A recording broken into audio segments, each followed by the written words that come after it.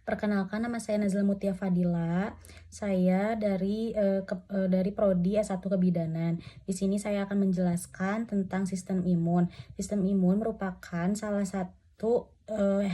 suatu sistem yang berguna untuk mempertahankan tubuh dari infeksi, mikroorganisme, dan kanker.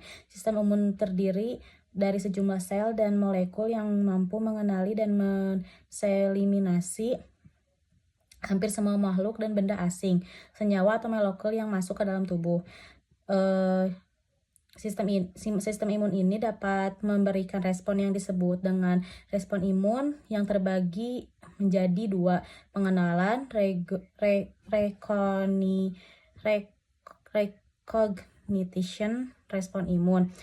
Imun recognition, sistem imun bisa mengenali sesuatu yang membedakan berbagai substansi kimia yang berbeda yang dihasilkan oleh satu patogen atau patogen itu sendiri, membedakan dan luar tubuh atau dari tubuh sendiri. Sistem imun akan memanggil sejumlah sel dan molekul untuk memberikan respon yang sesuai, disebut efektor respons. Setiap respon yang dihasilkan oleh sistem imun ini bersifat unik untuk setiap patogen. Respon alami atau yang kedua spesifik. Dilanjut dengan materi yang kedua, yaitu innate immunity, merupakan garis pertahanan pertama yang melindungi tubuh dari benda-benda asing dan kanker. Telah ada sejak lahir dan suatu mekanisme pertahanan terhadap penyakit yang tidak bersifat spesifik, terdiri dari sel fagosit, makrofag, dan neprofil, sel barrier kulit, serta sejumlah komponen antimikrobial yang dihasilkan oleh sel inang. Molekul yang terlibat dalam innate immunity memiliki struktur yang disebut pattern recognition. Mekanisme pertahanan utama dari innate immunity adalah proses fagositosis.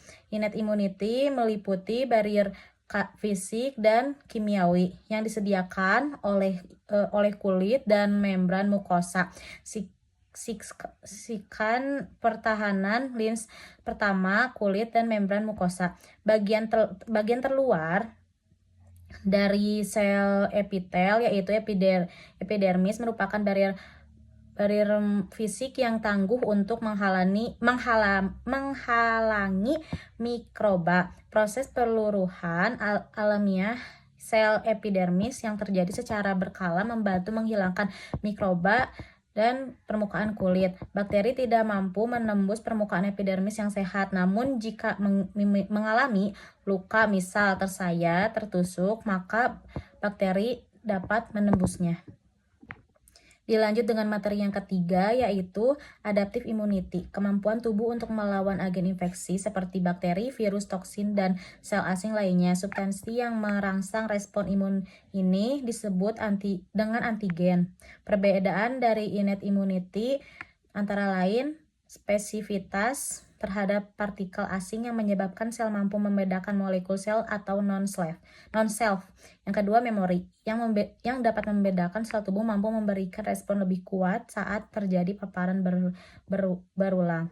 Immunity memory hanya dimiliki oleh limfosit, sehingga apabila terpapar kembali oleh antigen yang sama di kemudian hari akan menghasilkan reaktivitas imun yang lebih tinggi dan lebih kuat, sehingga mampu memberikan long-lived immunity.